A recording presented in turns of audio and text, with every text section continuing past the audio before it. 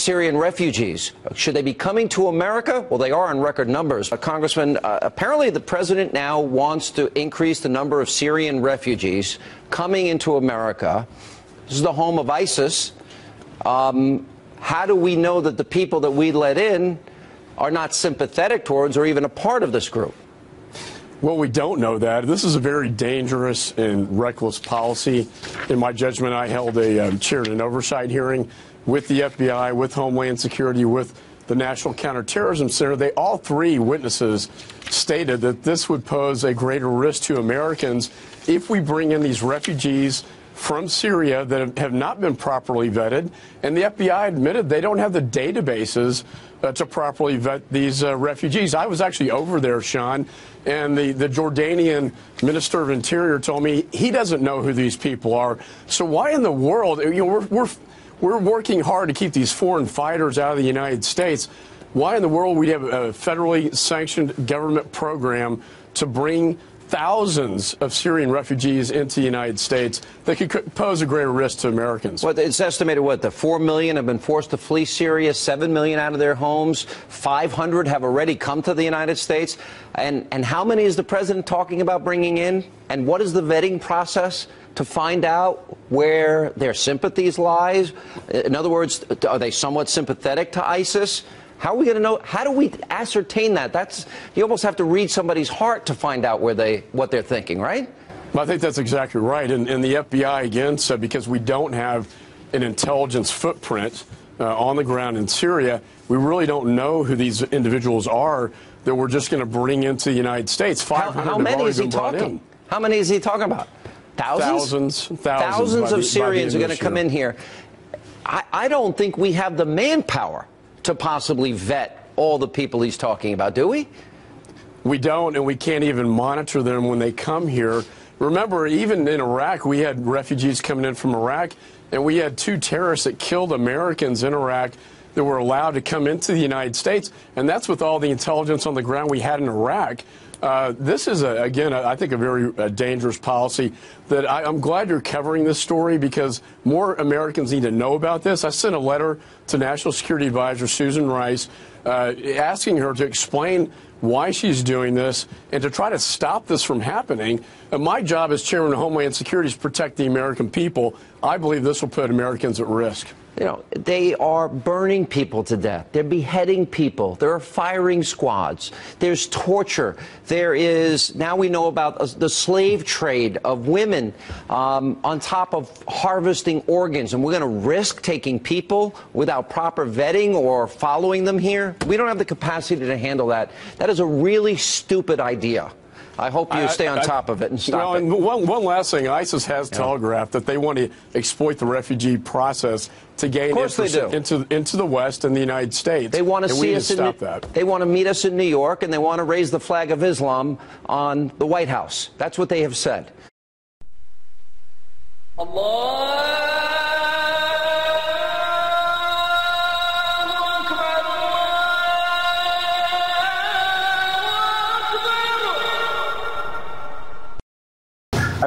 Let's not play games. What I was suggesting, you are absolutely right that John McCain has not talked about my Muslim faith.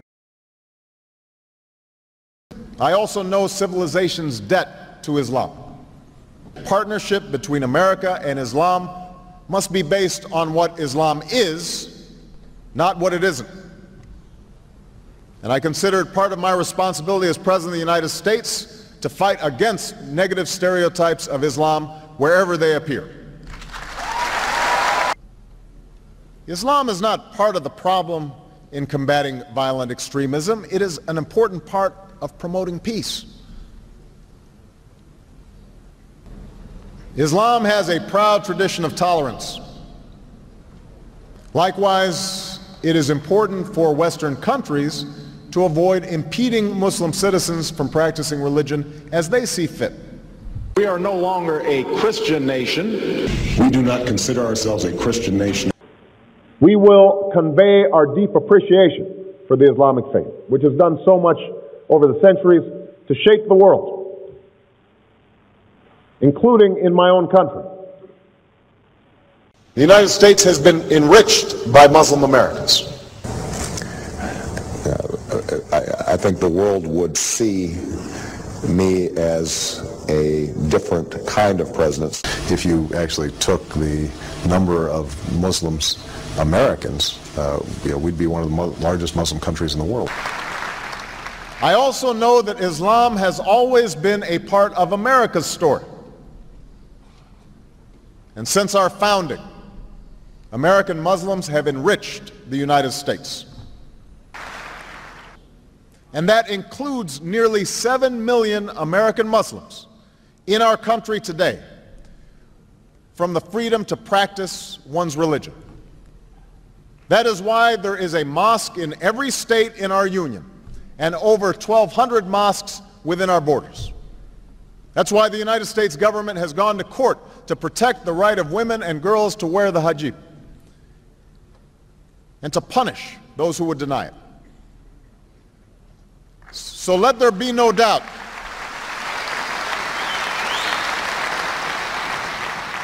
Let there be no doubt. Islam is a part of America. How do you get 100 million people? Well, these are the Arabs from the Arab Spring. The Arab Spring, which of course was instigated by the U.S. The Arab Spring was instigated by the U.S. government. The killing of the Christians was instigated by the U.S. government. When you kill the Christians, again, forget about God and forget about religion for a moment. When you kill the Christians in Egypt, the Christians in Egypt are 10 million, the Muslims are 80 million.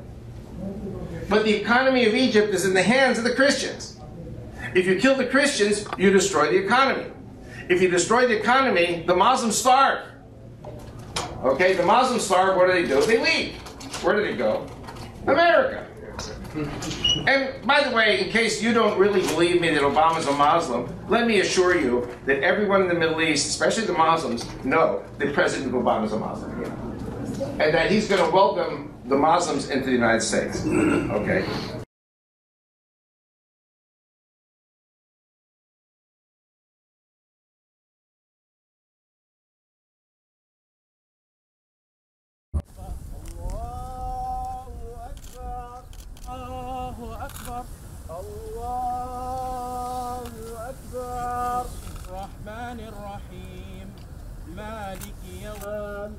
الله أكبر الله أكبر الله.